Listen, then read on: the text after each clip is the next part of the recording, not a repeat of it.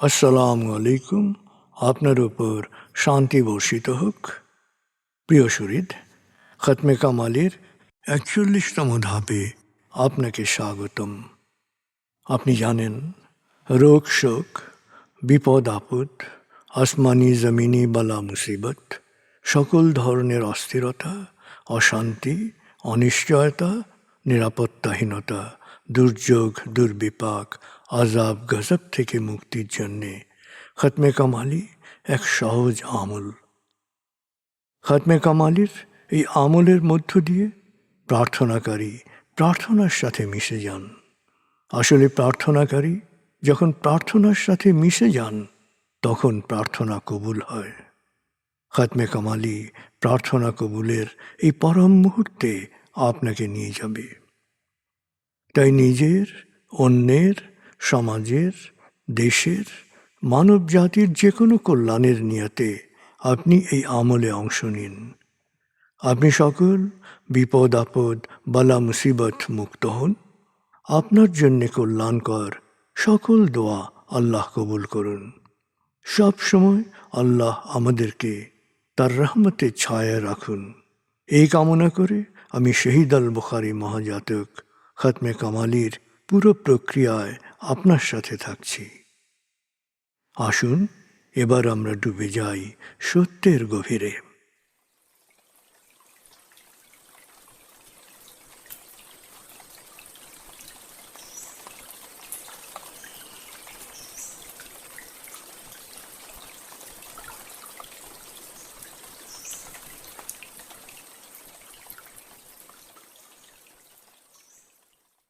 হে আল্লাহ, বিতাড়িত শয়তান থেকে আমি তোমার আশ্রয় প্রার্থনা করছি। দয়াময় মেহেরবান আল্লাহর নামে। আয়াতুল মুলক। হে আল্লাহ, সকল ক্ষমতার মালিক, তুমি যাকে ইচ্ছা ক্ষমতা দান করো, যাকে ইচ্ছা ক্ষমতাচ্যুত করো, যাকে ইচ্ছা সম্মানিত করো, যাকে ইচ্ছা অপমানিত করো। তুমি সর্বশক্তিমান, সকল কল্যাণ ও মঙ্গলের আধার। তুমি দিনকে ছোট করে বড় করো রাত, আবার রাতকে ছোট করে বড় করো দিন। তুমি প্রাণহীনে দাও প্রাণ, আর প্রাণবন্তকে করো প্রাণহীন। তুমি যাকে চাও বেহিসাব রিজিক দান করো। সূরা আলে ইমরান আয়াত ২৬-২৭। আয়াতুল কুরসি। আল্লাহ ছাড়া কোনো উপাস্য নেই। তিনি শাশ্বত, চিরঞ্জীব, বিশ্ব প্রকৃতির সর্বসত্তার ধারক। তিনি তন্দ্রা নিদ্রাহীন, সদা সজাগ, মহাকাশ ও পৃথিবীর সব কিছুর মালিক। তার সদয় অনুমতি ছাড়া তার কাছে সুপারিশ করার সাধ্য কারো নেই। দৃশ্যমান বা দৃশ্য, অতীত বা ভবিষ্যৎ, সৃষ্টির সব কিছুই তিনি জানেন। তিনি যতটুকু জানাবেন, এর বাইরে তার জ্ঞানের সীমানা সম্পর্কে ধারণা করা কারো পক্ষেই সম্ভব নয়। তার আসন, তার কর্তৃত্ব পৃথিবী ও নভমণ্ডলের সর্বত্র বিস্তৃত, আর তার সংরক্ষণে তিনি অক্লান্ত। তিনি সর্বোচ্চ, সুমহান। সূরা বাকারা আয়াত ২৫৫।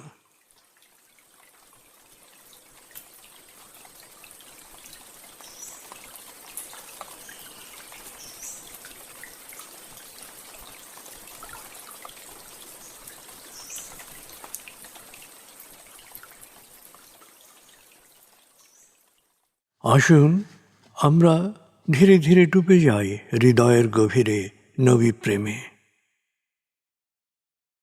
বলগল উলা বিকমালিহি, কশফত দুজা বিজমালিহি, হসনত জমিও খিসালিহি, সল্লু আলাইহি ওয়ালিহি।